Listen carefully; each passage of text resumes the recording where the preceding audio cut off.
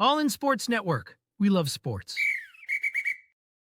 It is Friday, October 24th, here on your daily fix for all things Texas Longhorns. I'm Tanner Carlson. That is Jake Jimerson, and this is All In Horns presented to you by Rogue Sports Network. Today's episode, we're going to give you Week 9 picks and previews of this week's slate of college football games. Primarily, we're going to diagnose and dissect bit by beat the Texas-Mississippi State game as Texas heads on the road to Starkville this weekend, and we will give our picks on that game as well. And Jake, I guess starting off here, let's go ahead and overview this injury report for the players that will not be playing for the Texas Longhorns. Aaron Butler, the wide receiver, Michael Taft, obviously we talked about that in yesterday's episode, and Cole Hudson are going to be out. So those three guys, two of them huge parts of what they do on their respective side of the ball. Obviously, in Michael Taft, kind of being the quarterback of the defense, if you will, especially in that secondary, and then also Cole Hudson with the lines that he or the calls that he makes and the adjustments at the line of scrimmage at the center position. So, with knowing that, Jake, how much of a concern meter is this game for you? I mean, this game was a concern meter as of several weeks ago. As far as, we kind of started talking about Mississippi State looks like a good team. That's not going to be an easy game. It's in Starkville. And so it's the concern meter is pretty high, especially when you consider, I sit there and I look at Mississippi State's defensive profile, and they're really a kind of an interception reliant defense. I think they have like 10, 11 interceptions, something like that in the year. They're not a real high sack defense. Their best edge rusher and leading sacker is out as well in this game, or I think maybe questionable. They're tied with Texas in terms of forced turnovers this season. So their defense, they're a team that is a turnover kind of reliant defense. They aren't great at stopping the run. They aren't great at generating a pass rush, but they do generate a lot of takeaways. And so Texas has to continue. If there's one thing the offense has done well over the last couple of weeks, it's not committing any turnovers. That's something that they're going to need to keep up in this game. But I look at the offensive line, I go, well, Kentucky had only had I think it was like 7 sacks, something like that all season. And then they got 3 in that game against Texas. And so I think it was 5 on the season going into it. Then they got 3 in that one game. I think Mississippi State's only forced something like 10. But as this offensive line has shown, that it doesn't necessarily matter. The one thing I will say when it comes to the center position is, let's not forget Cole Hudson got hurt in practice last week. And then you got Robertson kind of getting pushed in the middle of installing your game plan, and not really having much snaps with Nick Brooks at guard.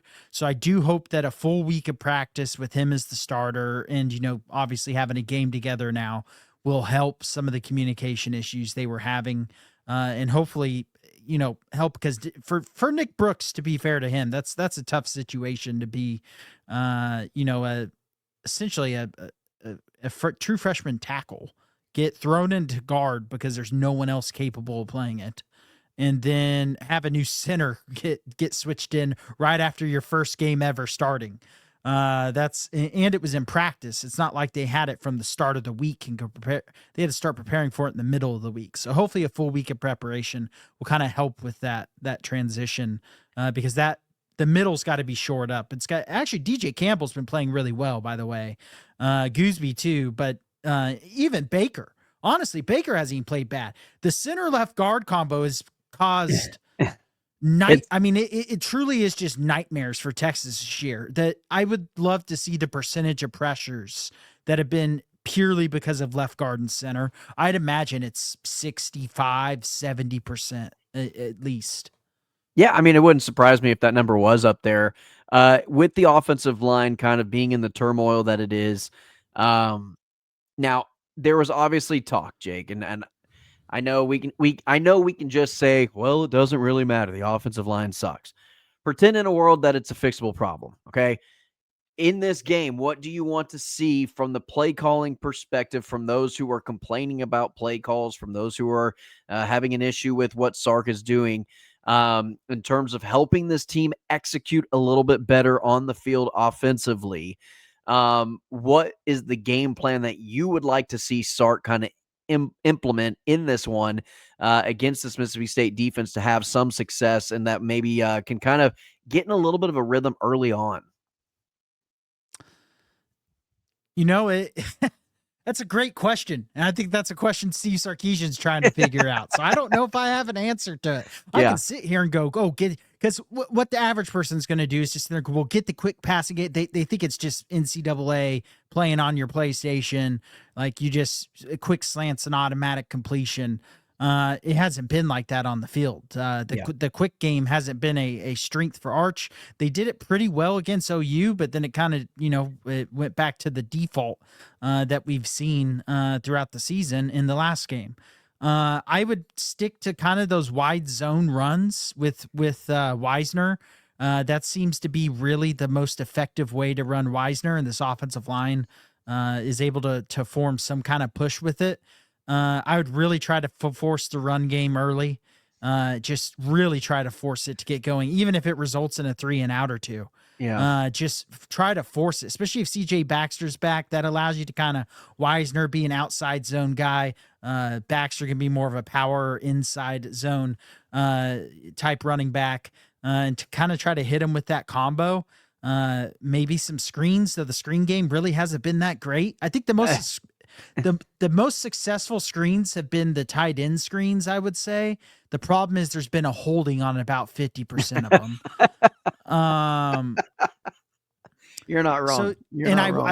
I'm kind of out on the RPO game, which I never thought I would be this year. But that's just not something that's been good for this offense. So, I guess I would just try running it heavy and trying to get the ball out of Arch's hands quick, trying to get him to just take the layups, because I don't think you're going to get many shot opportunities against this Mississippi State team, because they play to not allow deep throws. I mean, they play a true bend but don't break defense, and that concerns me as far as this, because that means to beat their defense you have to execute consistently.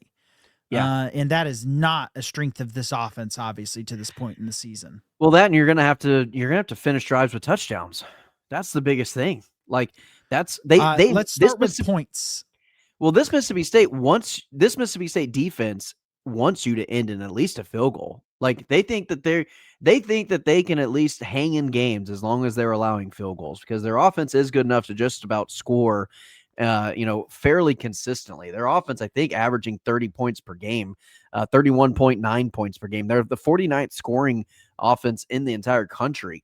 So they actually feel fairly confident that, hey, if we hold you to a field goal, we're going to get something on your defense. Now, they haven't played a defense all season long that has been as good as Texas's defense. This is the best defense that they would have played all season long, and it's probably not really even all that close.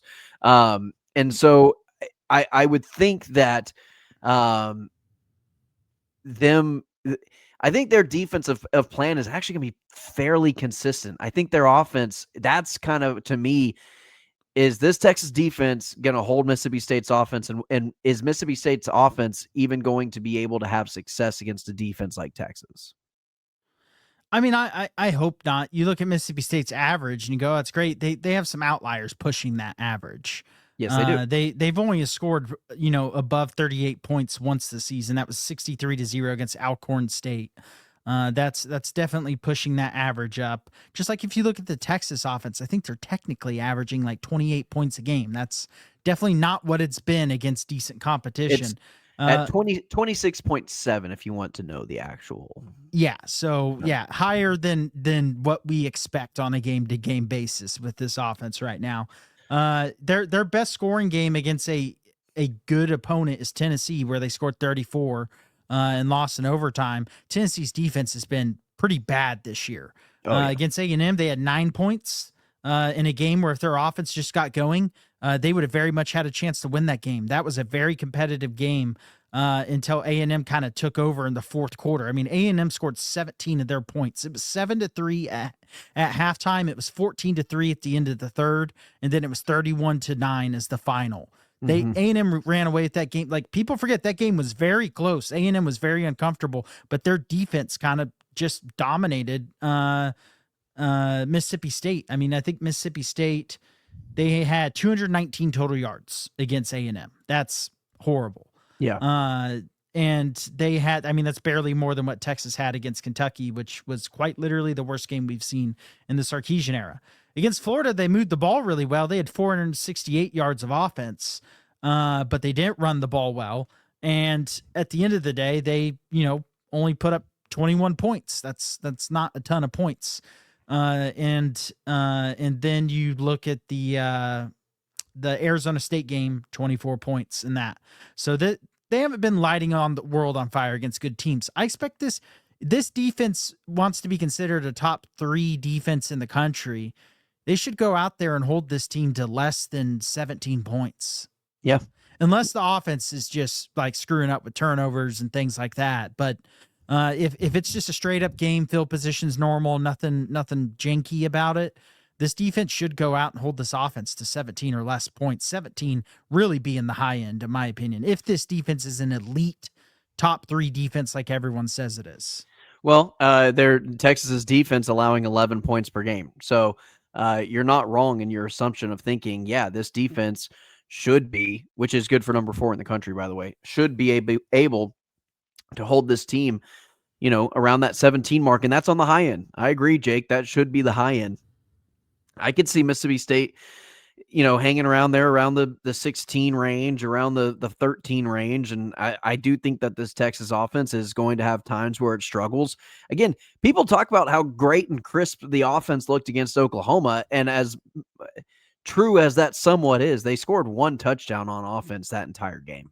That was a 1 touchdown game from the offense. So, it's kind of, not misleading, but they had success. They got some field goals. They had some special teams help. And I think that's going to be vital for the entire season. Got to have good special teams, which Ryan Niblett also a big time assist in the Kentucky game with the 1 touchdown scored from the offense in that game as well. It's been a while since we've seen this offense have a multiple touchdown game. Just them doing the majority of the heavy lifting. Yeah. And that OU game was weird just because in the second half, they came out, took out half of a quarter, scoring a touchdown. Yeah. Then they got the ball back, took out the rest of that quarter, and kicked a field goal and made it. That was a 13-play, 65-yard drive. And then they had a missed field goal on their worst drive that was off that interception. And then they had a punt return for a touchdown. The next time they saw the ball, they were just trying to kill some time and get another field goal, which is what they did. Yeah. The offense, they did play very well against OU, especially in the second half. I would say I would definitely put that caveat. That was a very low possession game because they also had a really long drive in the second quarter to put up a field goal because they got going in that second quarter. If Texas can play low possession games, they're probably going to be favored in a lot of those games because their defense is that good. But if the offense can maintain time of possession and really keep the other team from even given the opportunity to score and just extending the games as slow as possible and just getting third down conversions like they did against Oklahoma, running the football for 4 or 5 yards a time, this team can find success playing that style of football, Jake.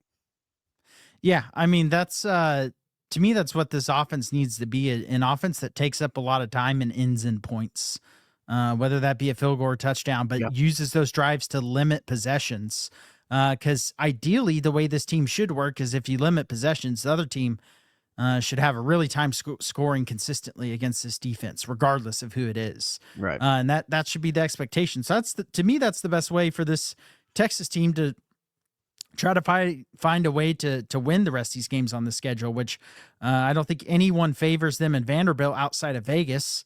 By the way, I don't know if you saw that. The line came out for that. Texas 3.5-point favorites against Vanderbilt to open up. Because that's what Diego Pavia needs. Yeah, that's what. Yeah, A little bit of bulletin Yeah, board material to get him fired up. Yeah, that's all he needs. At least it's at home this year. Granted, I forgot Texas could play at DKR. It's been so long since they played there. Since Sam Houston State, it's and so wild to think that. Yeah, they haven't had. I mean, again, we talked about it before the season started. The home game schedule was just lame. Oh, I mean, you I got also the want A&M to. game, and that's it. I also didn't realize this, Jake. I'm going to read off the away games for Ole Miss. Are you ready for this? At Kentucky, at Georgia, at Oklahoma, at Mississippi State. That's the list. That's the away games for Ole Miss.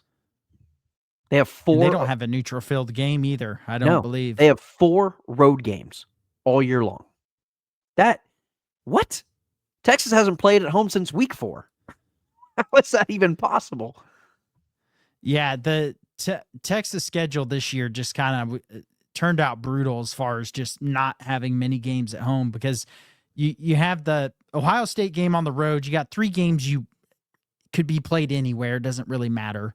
And then you have at Florida, neutral field, at Kentucky, at Mississippi State. Then you finally get a home game, Vanderbilt. What do you get to do after that? You get to go to Athens, Georgia. Well, after a bye week. After playing a top 10 opponent. Yeah, very much needed bye week after that Vanderbilt game. But yeah, Texas has 3. Everyone talked about, it's funny, A&M fans talking about the Texas schedule last year. And now their schedule this year is like 10 times easier than what Texas's was last year. The highest ranked team that they will have ended up playing as far as current polls go, since that's what everyone wanted to use last year when talking about Texas, correct, will be number 15, Missouri. That's it. That's the list. And number 20, LSU gets to count as a number 20 team in the country, even though LSU's not the part. I mean, you could say the same thing about Texas being 22. They have LSU this weekend, so LSU will be out of the rankings once they lose to A&M. Spoiler alert, that's my prediction. All right, Jake, let's go ahead. Quick predictions for the Texas-Mississippi State game. Any individual predictions you want to throw out there? I think this is going to be another big Colin Simmons game. I think he's going to get another 2 to 3, 3.5 sacks game. I think we're at that point in his career. Yeah. Yeah, he's really hitting his stride now. He's just been taking over games. And Mississippi State's offensive line's had some issues with giving up pressures, so I think Colin Simmons is going to have a really big game. I'm not making any offensive predictions. I don't want to touch it. I have no confidence. I mean, I guess if I want to make a prediction, it's going to look really ugly at times. Like, there you go. There you go. It's about all I got. Yeah, no, I think despite the absence of Michael Taff, I think this defense still gets the job done. I think actually Mississippi State's going to go out first possession of the game and probably go down the field and get points. Whether that's a touchdown or a field goal, I don't know. But I think Mississippi State going to start hot. They're going to have a really good script coming out of it. Texas will adjust. Texas will do better. It's towards the end of the game where I think the tides are going to turn one way or the other. I think Texas's offense is just going to look ugly, and it's just going to be hard for them to score. That's going to be every single game this year. That tune isn't going to change. The players aren't going to change. The development of these players and the execution of them isn't going to change, I don't think. You might have a game where, they're talented enough to kind of maybe look better than what they are, but I think they are what we've seen the majority of the season, and that, like we've mentioned all week long, Oklahoma is an outlier. But yeah, I think this defense is going to still play pretty good. I think they only allow 13, 14 points. And I think Texas is going to be kind of right there in that range of 14, 17. We might see another overtime game. I think that this defense and this offense just might be able to get just enough done. In terms of my final prediction, Jake, just because it's desperation mode for Texas to come away with a win just to become bowl eligible this year. I mean, we're looking at that point in the season. I think Texas gets the win. I think it's ugly. I think it might be an overtime. I don't think it's going to be a fun game to watch by any means. I'm going to take the under in this game, by the way. Texas, the numbers are sitting at 6.5 for the Texas Longhorns as the favorites, and the over-under sitting at 45.5. I would take the under very easily. In fact, I already have. Wink, wink, nudge, nudge. And I'll go Texas 17, Mississippi State 14. Yeah, I kind of been not really back and forth this week. I feel like a lot of times this year I've been back and forth on some of these Texas games. I just think Mississippi State's going to win this. I don't have a great feeling about this game. I think they're going to have quite a bit of success against this defense, to be honest. This is maybe the game where I'm questioning whether the defense is going to go out and do enough. And I'm not saying the offense is going to go out there and play great, but I think Mississippi State's going to move the ball well. I don't think this defense is near as good as last year's, to be honest. And I think the loss of Blake Gideon Michael Taff is named another white safety. Did lose Blake Gideon as well, just saying. Did lose Blake Gideon as well. But no, the loss of Michael Taff to me is a really big deal, especially in this game. And so I'm going to go with Mississippi State to win this 27-17. I think they jump out to a big lead and never look back. All right, Jake, let's hear from Underdog, and then we'll give our All-In Horns entry for the weekend. If anybody wants to ride with us, you know where to go. Football is back, and Underdog is the best place to make picks and win money all season long. Playing on Underdog is easy. Just pick whether your favorite players will go higher or lower on stats like touchdowns, receiving yards, interceptions, and more. Get your picks right, and you could win up to 5,000 times your cash. You can play with as little as $1. Download the app today and sign up with promo code HORNS to score $50 in bonus funds when you play your first $5. That's promo code HORNS. Millions of fans have already won billions making picks on Underdog. Will you be next? Underdog, make picks. Win money. Must be 18 and up. 19 and up in Alabama, Nebraska, 19 and up, and in Colorado for some games. 21 and up in Arizona, Massachusetts, and Virginia, and must be present in a state where Underdog Fantasy operates. Terms apply. Offer not valid in Maryland, Michigan, Ohio, and Pennsylvania. Concerned with your play? Call 1-800-GAMBLER or visit www.ncpgambling.org. In New York, call the 24/7 HOPE line at 1-877-8-HOPE-NY or text HOPE-NY. That's 467-369. See assets.underdogfantasy.com/web/play and get terms _DFS_.html for details. All right, Jake, this is the Underdog All-In Horns entry of the week. And a $5 entry will get you a $217 cash out if this hits. And I've got Fernando Mendoza, the quarterback for Indiana, taking on UCLA this week. UCLA's offense has been playing much better. Their defense still very much suspect. But I have Mendoza throwing higher than 2.5 touchdown passes. So at least 3 to win this one. And then James Cook, this is the big one for the entire week. This is make or break. James Cook is the first touchdown scorer in the Buffalo-Carolina game. And so a Josh Allen touchdown pass to James Cook would be ideal to start the game. Yeah, that's the dream start for both of us. I picked the second 2 in this with Josh Allen going higher than 1.5 passing touchdowns and Jackson Dart going higher than half a rushing or receiving touchdown. Just feel like Josh Allen's been a little bit kind of slow the last few weeks. I would say due for a big game. Yeah, just feel coming out of a bye against Carolina.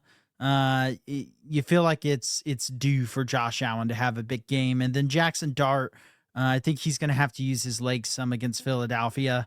And I like him to end up getting a rushing touchdown. I think the keys to this one are the James Cook and the Jackson Dart, because those were the ones that really boosted the odds up, and so, or the multiplier up. And so those will be the two key to hit. But if it does, we're going to be feeling really good on Sunday. I can tell you that. Yeah. Oh, it'll be all smiles despite win or losing on Saturday and Sunday. I can tell you that much. It'll be all smiles.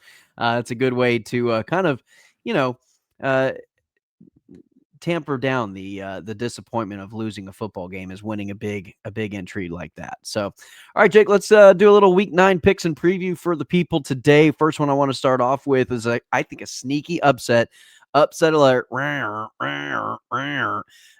Syracuse at Georgia Tech. Georgia Tech 16.5-point favorites in this one. Over under total at 54.5. Jake, I think Syracuse has the capability of winning this one outright. I don't think they do, but I will take Syracuse to cover. If it was at Syracuse, maybe. I think Georgia Tech will roll in this game. Syracuse has been. What game has Georgia they Tech beat rolled in, man? That's the thing that kind of it brings a question to me. I mean, Syracuse has gotten rolled by Duke, SMU, and Pitt in the last 3 weeks. So, I mean, technically Georgia Tech was a 2.5-point underdog and won by a couple possessions at There you Duke. go. True. They won by 15 against Virginia Tech. They won by 11 against Wake. They won, by 20 something against Temple. I mean, they don't roll early. It's not like they just get a big lead fast and then just steamroll the team. They just kind of wear you down. And then when it hits the fourth quarter, that's when they kind of put the game away. Yeah. And that's what I think they'll do in this. I just think their physicality will wear down Syracuse. I think a Syracuse team that's kind of hit its breaking point in the season where it's going to fold against Georgia Tech. Yeah. No, I mean, I don't think Georgia Tech loses this game, but I would put the upset meter at like a 6 or a 7 out of 10. I think it's definitely not out of the realm of possibility, and I don't think I'd necessarily be overly surprised if Georgia Tech did suffer a loss to Syracuse. All right, another 11 o'clock kickoff, Jake. Number 8, Ole Miss at number 13, Oklahoma. I was a little surprised. At least I saw the spread open at 7.5 points. I think it's now gone down a couple because I think everyone just hammered the 7.5 favorites for Oklahoma. I did. Now, do what? Or it was 7.5 for OU, and then like hammering Ole Miss. Yeah. Sorry. Yeah, sorry. I hammered Ole Miss at 7.5. I hammered Ole Miss like the day that spread came out. It is down to 5.5 as of recording. Yeah, so down to 5.5. I think that's probably more appropriate. In fact, I personally have Ole Miss winning outright in this game. So over under set at 51.5. I'm not touching that because I have no idea how Ole Miss is going to respond to Oklahoma's defense. And if Oklahoma's defense is just going to break the levees of Ole Miss's offense, I don't know what's going to happen there point total wise. But I have Ole Miss actually winning this game outright. I feel kind of split on this because I don't know what to expect from Ole Miss's defense. It feels like they've been really hit and miss. And I do think Oklahoma's defense is going to play well. It's a home game for OU as well. Georgia scored on every single possession last week against Ole Miss. Yeah, I can't get that. It's hard to get that out of my head because I don't think Georgia's that good of an offense. Granted, it was on the road, a little bit different, but still, you score 43 points against Georgia, you should never lose that game. So and to not even hit the spread, I had 7.5 for Ole Miss in that game, and they end up losing by 8. Yeah, and so I'm real split on how, or sorry, they scored 35 against Georgia, but I'm real split on what to pick in this game. I think Ole Miss wins, but I guess I would just take him to cover. John Mateer's just kind of come back down to earth, and I don't think it's all the thumb injury. It's not like, to me, he looked like he was lighting the world on fire against Michigan and Auburn, who are not good football teams. And then, the Texas game, it wasn't him not being able to throw the ball. It was his eyes just not working.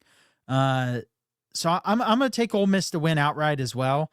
But this to me, this is the most curious game of the weekend. We'll find out what Ole Miss is for sure.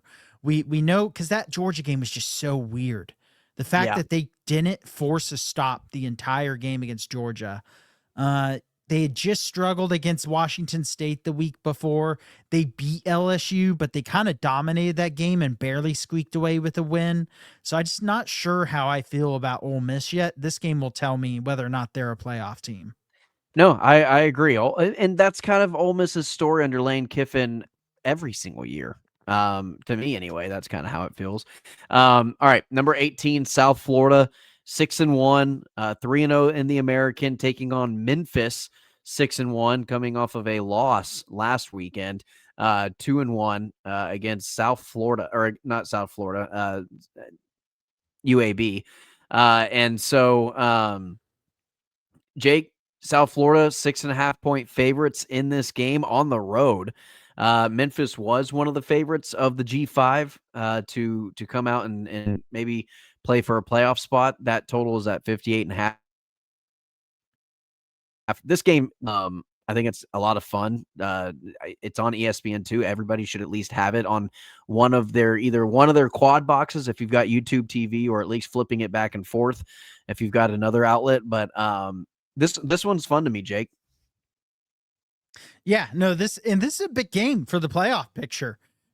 You feel like more than likely the G5 team that will be represented is going to be out of the American Conference. And it very well is likely going to be one of these two teams. I just think South Florida is the best team out of the G5, and I do think South Florida will come out and win this game. It's at Memphis, but I think South Florida covers. I just think South Florida is the best team. I was really impressed with how they kind of fought back in that North Texas game. North Texas was playing with their first sold-out crowd. They let out classes at like noon that day. They had been tailgating. The environment was incredible. I had a blast watching it. First half, North Texas is forcing turnovers, doing all the right things that you would typically see for an upset win. And then South Florida just shut them down in that third quarter. Just steamrolled. Just absolutely took the life out of the stadium in that third quarter. That really impressed me. I don't think going to Memphis is going to be near as difficult of an environment or anything like that. So I think South Florida rolls in this game, and I think they cover. I think they win big. Yeah, I think I've got South Florida by 10 points in this game. I think that they cover. I think it's going to be pretty close. I think Memphis also going to have something to prove after losing last week to UAB, a team that they should have beaten. But again, that's kind of a rivalry game in its own right.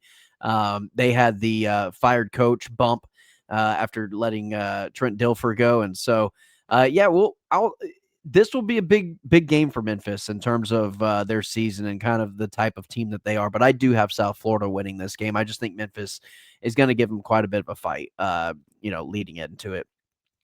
Jake, let's see other games that catch your eye. If you see one over one that I see, I don't know. Let's just go Missouri Vanderbilt. Number 15 Missouri, number 10 Vanderbilt. If there's another game that you want to touch on in between another noon game or something like that, let me know.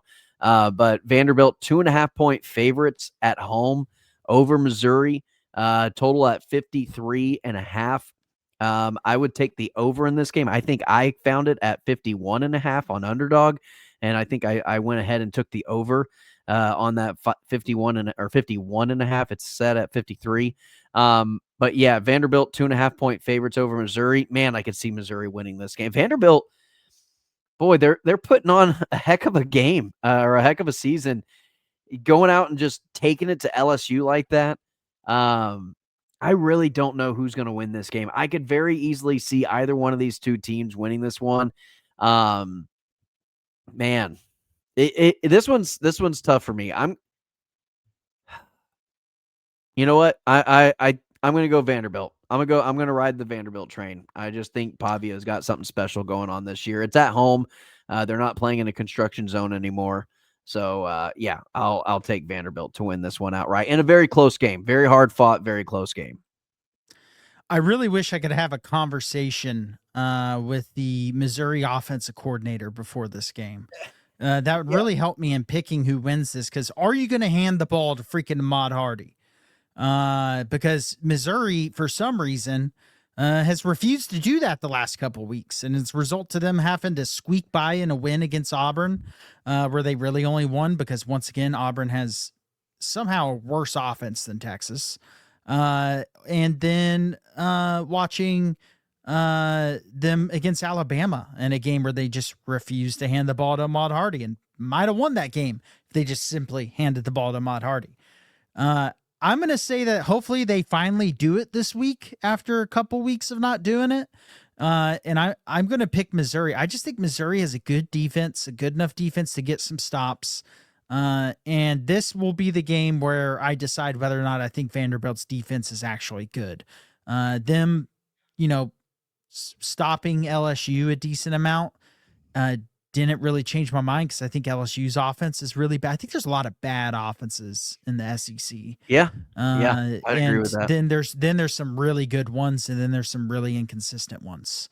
And that's kind of the SEC offenses. And they're also on top of that. I don't think that there's just a ton of great defenses out there in the SEC.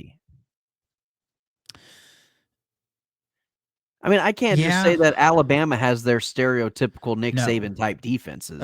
OU and Texas would probably be the top two defenses. A&M, Georgia, no, they've had two horrible games. Yeah, I mean, horrible games. That's what I'm saying. Like, who's out probably be there? like Texas, OU, A&M as your top three defenses, and A&M's had some games where they haven't looked good defensively for sure. Yeah. But they've also had some games where they've looked really good. So LSU. LSU is a good defense. There's only a handful of the SEC in general is just a little weird this year. But yeah, I'm gonna say that Missouri goes out. I'm gonna take Missouri to pull the upset. And I got Missouri money line. All right, Jake, you got any opinion on BYU, Iowa State? Iowa State favored in this one at home, 2.5 points over the undefeated BYU Cougars. I could definitely see BYU losing this game, but Iowa State just hasn't looked good really at any point this season. Anytime they've been favored, Jake, I feel like they lay an egg. Like, I just feel like they don't play well. And I feel like if BYU was favored in this game, I'd like Iowa State more, believe it or not. Yeah, I mean, Iowa State's only impressive game was a 39-14 win over a bad Arizona team. Outside of that, they won by one possession against Arkansas State. They beat Iowa, and that game was just an eyesore as it always is. Yes, yeah. Then they've lost to Cincinnati and Colorado back-to-back. They made the Cincinnati game look closer than it really was. They were both on the road. They're coming back home. They are a much better team in Ames than they are on the road, because I will say the Arkansas State game was on the road for whatever unknown reason. I'm going to take BYU just because I think BYU is a better team. I think it's disrespectful they're not favored in this game. I agree. So I'm going to roll with BYU. I'll probably bet that game as well. I just don't think Iowa State's good this year. Yeah, I agree. Everything you said, Jake. I agree. I think BYU wins this game again. I think I would like Iowa State more if they weren't favored in this game. I think BYU seeing that spread, knowing that they're not the favorites, is going to piss them off enough anyway to be, well, if they even look at spreads. I'm not sure if they're allowed to look at spreads in Mormon country. Just real quick, a side note on another Big 12 game. I don't want to predict this game because we know how it's going to go, but Oklahoma State is 37.5 point underdogs against Texas Tech. That's how down bad that program is. By the way, I'm taking Tech to cover. I was going to say, I'm not taking Oklahoma State to cover that. No, that might be, if that was the halftime spread, I would be split. Yeah. But yeah, no, Oklahoma State is probably the worst power conference team. Actually, one of the worst FBS teams in the country. I mean, they'd lose to Stanford this year, I think. Oh yeah, they lost to Tulsa at home. Tulsa's not good this year. It's not like Tulsa's like a decent G5 team. Yeah. Jake, here's a Big Ten game that I think is pretty interesting. Number 23, Illinois, Washington. Don't really know what to think of either one of these two teams, but Washington 4.5 point favorites. I am a fan of Damon Williams, the quarterback at Washington. It just feels as though whenever he plays a solid defense, he tends to, tends to struggle against a solid defense. Wow, newsflash. But again, he hasn't really had a great performance against a team that plays really good defense. Yeah, it's at Washington. Washington, by the way, a stadium that is very much on my college bucket list to go to. Also, an extremely underrated crowd because they're so small. It feels like people kind of count them out in terms of being like a chaotic environment and a good atmosphere. One of the best, atmospheres I think in college football. And again, yeah, it would be on my bucket list as well, Jake. Yeah, so I just think Illinois is a better team, a better football team. I think Illinois is going to go out there and win. I like Illinois money line.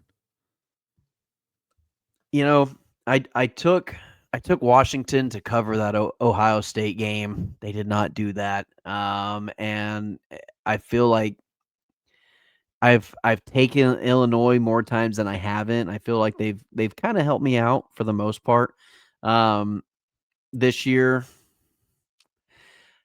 But I think I'm going to take Washington to win this game, and I think I'm going to take them to cover that 4.5 points. I think if they win, I think they win by 6 or something. So I'm going to go Washington. I'm going to say they win by a touchdown. All right. Last game that we'll cover, Jake, unless there's more. There's not a whole lot in that night slot. Texas A&M, LSU. Texas A&M, obviously number 3 in the country. LSU, number 20. It's going to be at Tiger Stadium. If there's ever a time you can get upset and lose a football game, you can tell by the spread here. They're all thinking the same thing. A night game at Tiger Stadium. Texas A&M 2.5 point favorites in this one. Over under at 50.5. Yeah, I think A&M's going to roll LSU. Unfortunately, I wish I could pick LSU, but I just don't think LSU's a good football team this year, like at all. I have no belief in their offense to do anything. Yeah. You need to be able to run the football effectively to have your way on this A&M defense, and they've gotten much better in their run defense in recent weeks. I just don't see LSU moving the ball well. A&M handed it to LSU last year with Marcel Reed coming in that game. That's when he kind of took over the starting position.